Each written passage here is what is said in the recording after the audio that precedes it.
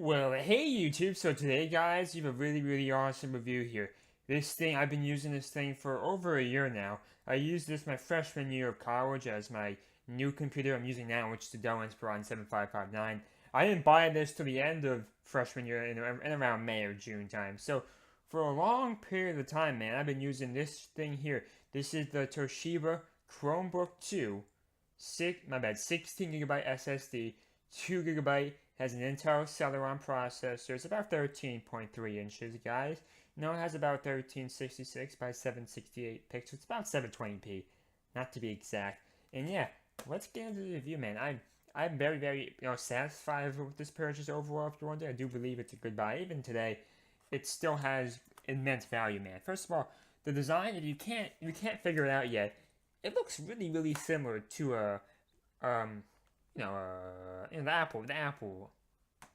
not MacBook.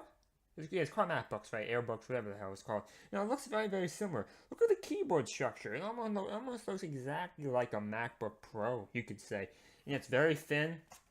I mean, can you see that? Oh yeah. Well, that's my fault there, if you're wondering. I have dropped this thing many times in my freshman year. This thing is relatively cheap, so I didn't really treat it with the respect it deserved. But it's still standing. It still works. And I've dropped this thing hundreds of times in my freshman year. So let's go over the cables you got here. You have a micro USB. Yeah, you have a USB port. My bad, not a micro. You have a USB port, 3.5 millimeter audio jack. I believe this is either an SD slot or TF. I believe it's SD. Another 3.5 millimeter audio jack. You have a USB 3.0. Wow. For this price range, that's not that common to see. You have a HDMI port. Yeah, a full-featured HDMI, not a mini, which some companies I think be cheap with and make you buy another adapter to make it work with HDMI. That is a full HDMI port, which I use. When I did my freshman year, my cable box broke in my room.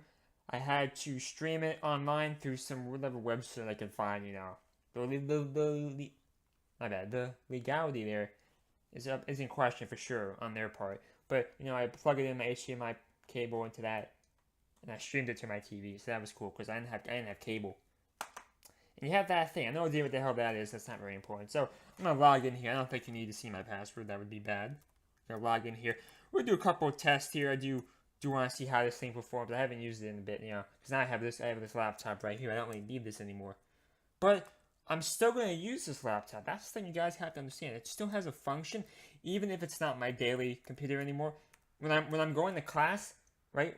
For college kids going to class, for high school kids going to class, you ain't going to be bringing a $1,000 heavy gaming laptop. You're going to want something like this, so it still has a function, even if it's not my daily drive anymore. So let's type in Yahoo.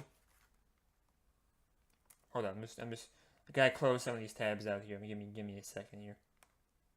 That's a person. Okay, here's Yahoo. I mean, it loads fine. Obviously, you couldn't see me do it. So let me try to get this to work. Let's go to YouTube. Right, YouTube. Ready? Put it up to you guys.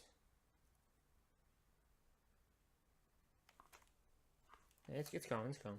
Yeah, I mean, it's pretty fast. It's not too slow. It's pretty good overall. I'm a fan. I think the speed's fine. It's not as fast as this thing, but it's pretty good. Basically how this thing works. You guys, this is the Chrome OS here. This is indeed Chrome OS. This is not Windows anymore. So there are some drawbacks and also some bonuses you should be aware of. So first of all, the drawbacks. You can't download shit. You really can't. The only thing you could download are Chrome extensions and Chrome apps from the Chrome store. So, you can't get Office, you can't get Word, you can't get Steam, well, unless you do the Linux hack, which you can do that if you want. I have this computer right here, but there is a Linux hack for this. You can get Linux on this thing if you really want to get Steam, but you can't run anything now. That's the problem. If you want to run TF2 with Linux hack, okay, you can do that. Other than that, you can't run much. I mean, obviously you can run your MMORPGs, you can get those too, but other than that, I don't see a purpose here. But if that's the only reason you're buying this, then do the Linux hack. Get Croton or Ubuntu, I think Ubuntu and Croton, I think. So get that done on this thing, and you can play TF2. You can play your Dota 2, League of Legends, Maybe even Overwatch. I do wonder about Overwatch. I do wonder.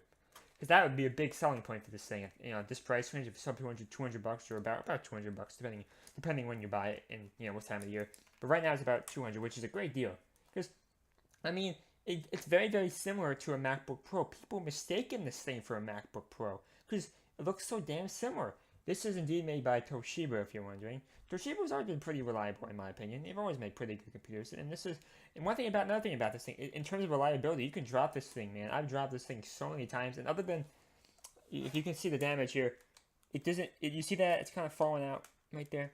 It's kind of indented. You compare it to the other side where it's sticking up more. See that? See that? You see the difference here? Other than that, this thing runs perfectly. And I've dropped this thing so many times, man. It's built very well. This is hard plastic on the bottom. It's not going to break, you know, it's not going to break. I do commend them on that. So back to the drawbacks and, you know, positives of Chrome OS. More negatives. Let me think here. This is all off memory here. I don't have a script or anything like that. But, you know, overall, it just has some complicated things like with Flash and stuff. Sometimes it has a little bit of trouble doing that. But for the most part, it does most things okay. So there's also positives too, obviously. It's not all negative. First of all, it has, the way Chrome OS works, it's very, very low memory usage in terms of like the OS. Obviously, Windows is a hog. It takes up a lot of RAM, a lot of memory on your computer. But Chrome OS is very light. There's almost nothing running in the background. If you do Control-Alt-Delete on here, I'll show you. There's very, very few processes in terms of memory usage that it's all taking up altogether. Like, I mean, Windows takes up like 30% of my RAM or 20% of my RAM. I have 16 gigabytes, you know.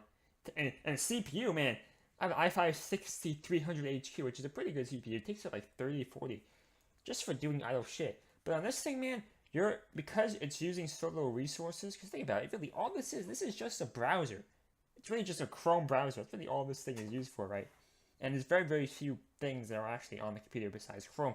So you do have a lot of speed, and boot up times are amazing. Boot up times are amazing. This is a $1,000 computer right here.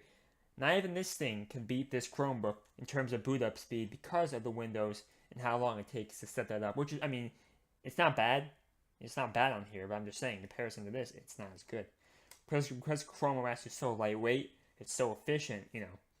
That's kind of how that works. So you do have one trackpad. Once again, copying Apple again on the trackpad. It's just that one button thing. That's it. Just one button. You scroll and you tap. There's obviously downfalls to that. When you want to like double click on something, it doesn't always work. To be honest, it usually takes multiple tries for me to double click and get it to work efficiently. Also, when you're dragging things, clicking and dragging is very hard to do. It's very hard to drag things and move at the same time. You gotta fix that, you know. But that's not a Chrome OS problem. That's just Toshiba Chromebook 2 problem, you know. But overall, guys, I think I've talked long enough. I'm a fan, man. It's thin, it's lightweight. You could fucking drop this thing a bunch of times. You won't really have a problem there. You know, I'm a big fan, man. You know, I'm a big fan of this thing. I've been using this thing for over a year now. And in sophomore year of college, when that begins, you're gonna bet I'll be bringing this thing with me to my first day. Take notes, you know. It's good. It's definitely a good note-taking device. It's a good if you're gonna do the links hack. It could probably work for your MMOs, right? It could probably work for that. Other than that, I'm not sure what else. I'm not sure what else it could do other than that. But overall, guys, Chrome OS, it's a very, very fascinating platform. You know, it's very fascinating, and I do wonder what the future of this OS is going to be. I really do wonder. You know, can Chrome OS catch up to Windows in terms of usability and versatility without using too much memory? If they can do that, this could be a real and dangerous OS in terms of competing with Windows, Linux, and even iOS. Overall, guys, really hope you enjoyed this video. Have a good day. Thank you, and bye.